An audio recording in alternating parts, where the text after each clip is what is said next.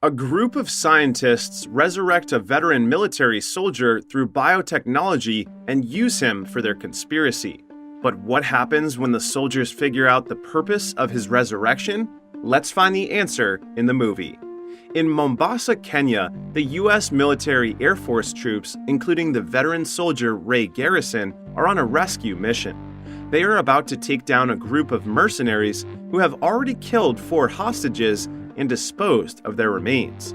As they cannot locate the target, the troops receive a sitrep from their comrades that they will move to another location. Meanwhile, Ray finds the target area and hears the mercenaries talking inside a building. This prompts him to stand outside and impinge on the door, where the mercenaries make a response by firing from inside. Ray takes out a stun grenade from his pocket and throws it inside, making the mercenaries temporarily blind as well as lose hearing and balance. He then immediately asks, despite the lieutenant's order, to hold on to the breach, single-handedly taking out all the targets with his rifle before going searching for further hostages. As Ray inspects the ground floor, he suddenly hears creaks on the ceiling, so he goes upstairs. On the second floor, he reloads his rifles and shoots more of the mercenaries. Once they are all down, Ray throws a smoke grenade into a room and silently enters, where he finds the last mercenary pointing his gun at the hostage's head. He slowly approaches them, but stops when the mercenary orders him to drop his rifle, which he follows without further ado. Afterward, he inquires about what the mercenary wants, learning that he needs Ray's forces to pull back and a helicopter to flee with. Ray orders his teammate to hold fire while negotiating a deal with the mercenary before providing him with a chopper. He asks the mercenary where he keeps the phone, and as soon as the guy turns his head to show him, Ray pulls out the gun and shoots him. This leads Ray and his troops to a successful rescue operation as they get their target hostage secured from the mercenaries. After that, the U.S. military aircraft transports them to Aviano Air Base in Italy, where the U.S. Air Force has permitted them to spend their vacation anywhere inside the country. Since that is the case, Ray feels happy to be able to reunite with his wife, Gina Garrison, who is waiting for his arrival on their base.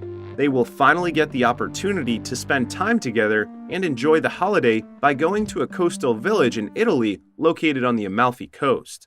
Once Ray and Gina reach their destination, they immediately drop themselves at a hotel to get some rest.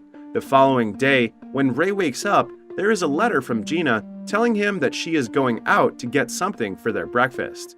While waiting for Gina to return, he goes to take a bath when suddenly 2 mercenaries appear from within the room and abduct him. Soon after, Ray discovers he is being held captive by a bunch of mercenaries while strapped to a chair. Martin Axe, the leader of the group, eventually appears in front of Ray and confronts him about the involvement of the U.S. military in their objective to take hostages. Ray remains silent, so Martin presents him with Gina, who is also abducted by them, and presses him once more for information about who gave him the heads up to intervene in their hostage-taking in Mombasa. But Ray still refused to disclose anything, claiming he was merely following orders and had no idea who might have tipped him off. In light of this, Martin brutally murders Gina in front of him, who promises vengeance after witnessing the act. But before he can do anything, Martin already takes his life. And yet, Ray wakes up later at the Rising Spirit Technologies laboratory, where he is in an experiment led by the head scientist, Dr. Emil Harding. Harding is taken aback when Ray regains consciousness and remains stable, so he and his colleague, KT, immediately visit him. Once inside Ray's room, Harding explains to him that the U.S. military usually lets RST take over disabled military veterans and other military patients so that the cutting-edge biotechnology here can cure them. But Ray's case is exceptional because he was the test subject of their experimental nanite technology, which brings him back from the dead. This makes him the first successfully resurrected RST human subject of the RST's Bloodshot program to have his whole bloodstream replaced with nanites. This piques Ray's interest, and he demands Harding to break down every aspect of nanotechnology for him. After showing him the operating room and saying they work on developing methods to increase the speed and strength of the military's armed forces, Harding then brings Ray to his private laboratory room and suddenly slashes his hand to demonstrate the nanites. He reveals that the nanites are helping his body recover from injuries, and it can also make him stronger. However, Harding cautions Ray that his nanites can run low, so they need to be recharged regularly to keep them from wearing out and causing him to die again. As the demonstration is over, he brings Ray to the rehabilitation center, introducing him to fellow patients like former U.S. Army Ranger Marcus Tibbs, who enhanced his sight with ocular prosthetics, and former Navy SEAL Jimmy Dalton, who engineered his feet. Even though Ray has already met KT, a female ex-swimmer for the United States Navy, Harding introduces her again, saying that KT's enhancements are her larynx and trachea, which allows her to breathe through clavicle-mounted respirations. Later at night, Ray struggles to sleep because he dreams of Gina and Martin and gets out of bed. He goes to the rehabilitation facility to work out, but stops when he sees KT taking late-night diving. They chat and both decide on having a drink to relieve themselves from trouble sleeping. While imbibing, Ray unexpectedly hears the music Martin played while killing them, and he is immediately taken back to the moment when his wife was murdered. This prompts him to leave the RST and seek revenge for Gina's death by killing Martin. He hacks into RST's system with his nanites and utilizes the information to pinpoint Martin's precise location. When Ray learns that he is in Budapest, Hungary, he doesn't waste much time getting there and killing everyone connected to Martin, including the security personnel. Meanwhile, Harding observes Ray on the RST computer screen, witnessing firsthand how effectively Ray dispatches his targets. It is then revealed that Harding plots on making the Bloodshot program successful and eliminating every former associate who betrayed him, using Ray as his weapon. Therefore, he issues an instant order to KT, Tibbs, and Dalton to take Ray back to the facility. Once Ray returns, Harding puts him to sleep and orders Eric, his co-scientist, to begin resetting his nanites and alter his recollection of Gina's death, replacing the person who kills her from Martin to a person named Nick Barris. KT protests this plan of Harding, but he ignores her and even threatens to shut her enhancements down if she tries to get in the way. When Ray awakens again with no memories, Harding pretends to be surprised again and begins reintroducing RST and the new developments in his body. As Harding continues to speak, Ray starts recalling Gina's death, in which he accuses Barris of kidnapping and brutally killing her. Livid, Ray leaves the RST again and follows Barris to East Sussex using his nanites. However, as Harding observes Barris's hideout via computer, he becomes suspicious seeing an unfamiliar man conversing with Barris. So he asks Eric about him and learns that he is Wilfred Wiggins, a skilled programmer and an open-source contributor to many of his innovations, including the nanites. This alarms Harding and KT, but their worries escalate when they find out that Wiggins is ordered by Barris to come here because Barris can't stop panicking, knowing that Harding will send someone to kill him. He forces Wiggins to place an electromagnetic pulse bomb that can incapacitate Ray in the room. Wiggins then sets it in motion and hands Barris the remote, telling him to wait until the EMP bomb is fully charged before detonating it. Once Barris fully notes the instruction, he orders Wiggins to leave and return to his office. Harding immediately orders Ray to stay away from the place, but something is intercepting their signal.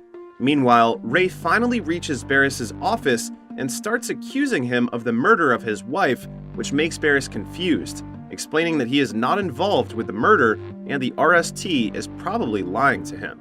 But with his rebooted memory, Ray refuses to believe Barris and unhesitatingly shoots him. He then attempts to leave the office when suddenly Wiggins activates the EMP bomb using the other remote control.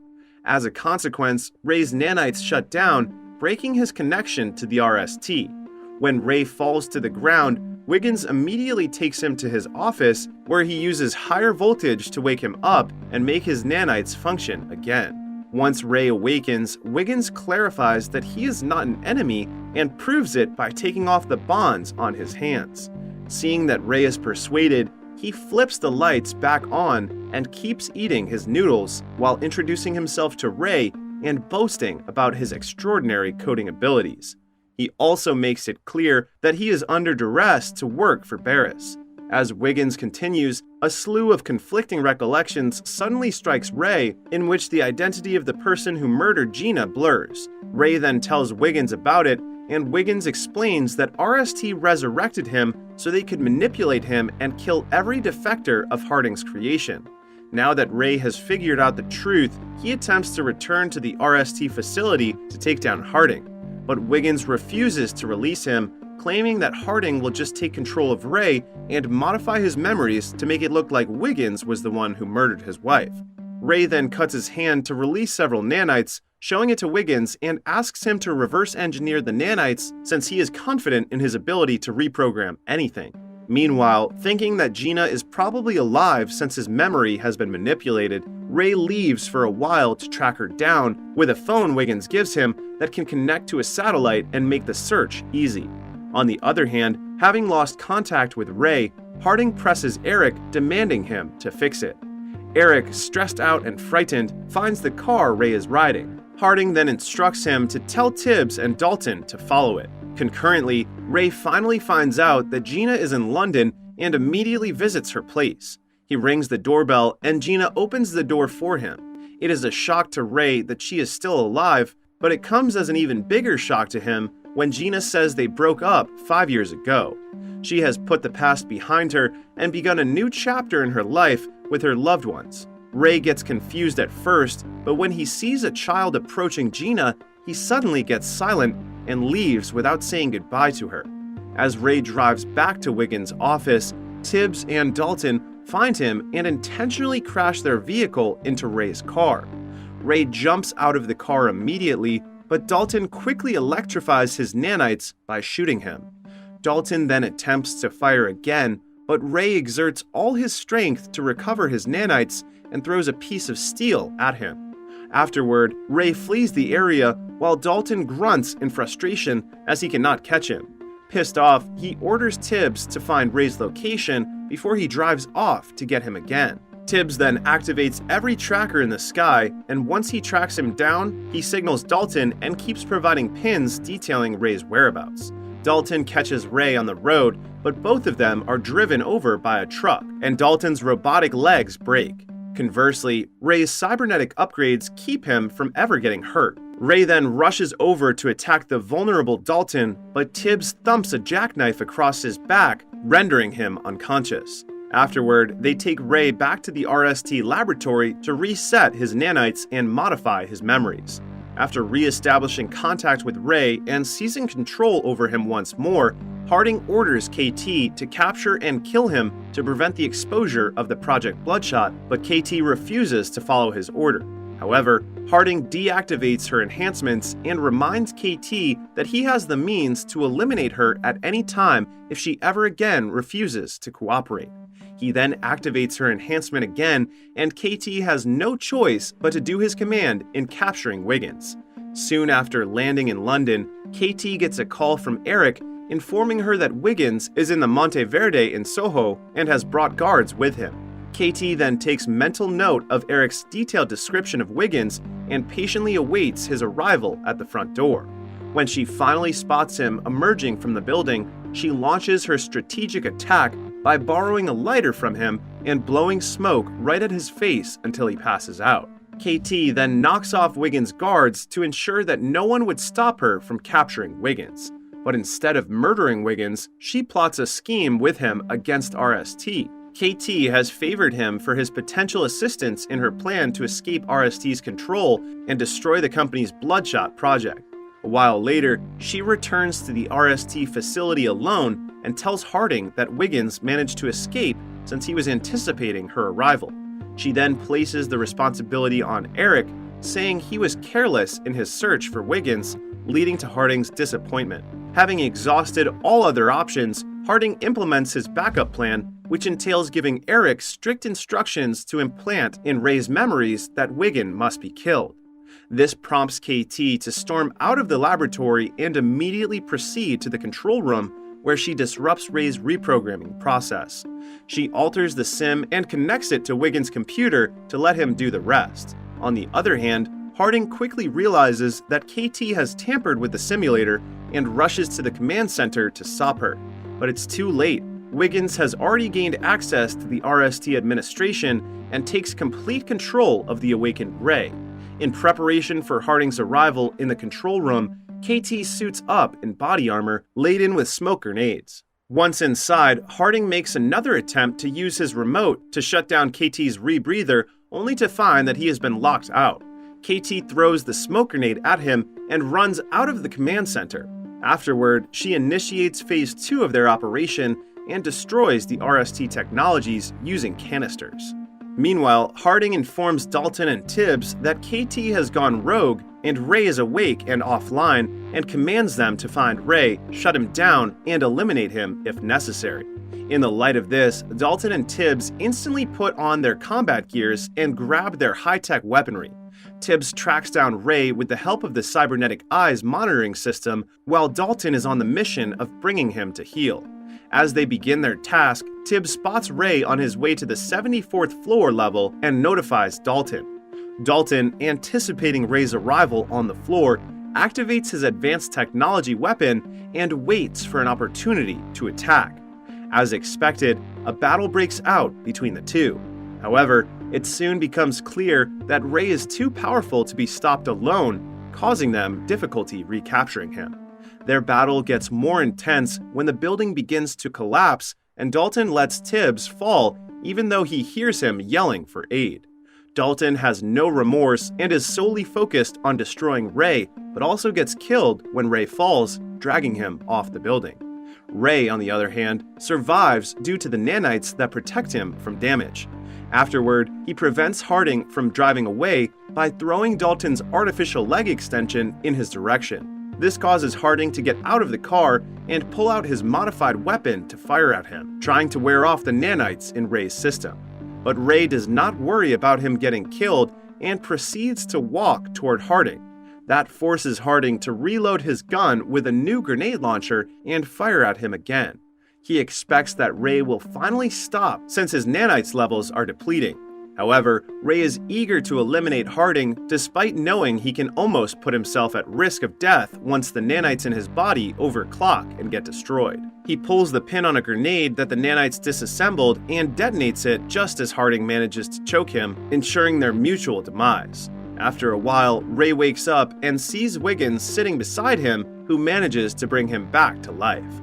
Wiggins also enhanced Ray's physical endurance, making his nanites completely independent. The movie ends with Ray getting a fresh start in life with his new family, Wiggins and KT.